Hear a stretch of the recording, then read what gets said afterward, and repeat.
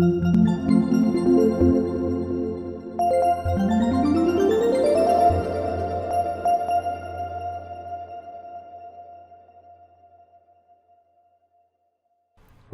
оди во војна. Бидејќи беше крал на шумата, лавот еден ден реши да прогласи војна. Тој никако не можеше самиот да води војна, па издаде проглас во кој ги повика сите негови поданици да учествуваат во војната. Во прогласот се велело дека секое животно, без исклучок, ќе добие свое задолжение. Имаше доволно задолженија за сите. Се собраа стотици животни, секој од нив нестрпливо да добие задача. Мали и големи, пердувести и крзнени, сите се наредија пред кралевата палата. Лавот ги пречекуваше едно по едно и на секое му даваше некое задолжение. Ти си силен и крупен. Не само што ќе се биеш со непријателот, туку ќе бидеш и одговорен за транспорт на нашите топови и залихи, му рече лавот на моќниот слон.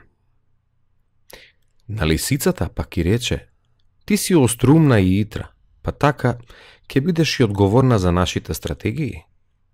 Со твојата помош ќе ги измамиме нашите непријатели и ќе ги победиме во војната. Ти, кој си ненадминат јазач и кој си силен како Херкул, ќе се качуваш преку градските ѕидини за да можеме да ги освоиме, му рече лавот на задоволниот мечок.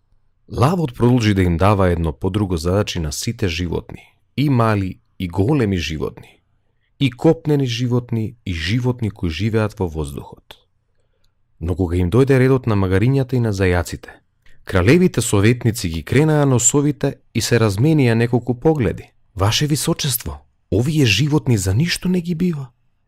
Магарињата се навистина глупави, а зајаците немаат ни ронка храброст во нив. Ајде да смислиме некаков изговор и да ги вратиме дома, му шепотеа советниците на лавот. Никако, згрме лавот, а потоа додаде: магарињата ќе бидат совршени да ги свикуваат војниците на Собир. Нивното рикање е погласно и од мојот рик. Зајаците пак ќе бидат нашите гласници. Со два скока ќе стигнат каде и да треба и нашите писма ќе бидат доставени за миг. Треба да знаете дека секој има некои своји квалитети и секој е корисен за нешто. Тајната е во тоа да се препознаат тие квалитети и да се искористат на вистинскиот начин, рече мудриот крал на животните. Кликнете лайк и subscribe за да чуете повеќе приказни, а во коментарот напишете зашто ги спрема лавот животните или која приказна сакате да ја чуете следна.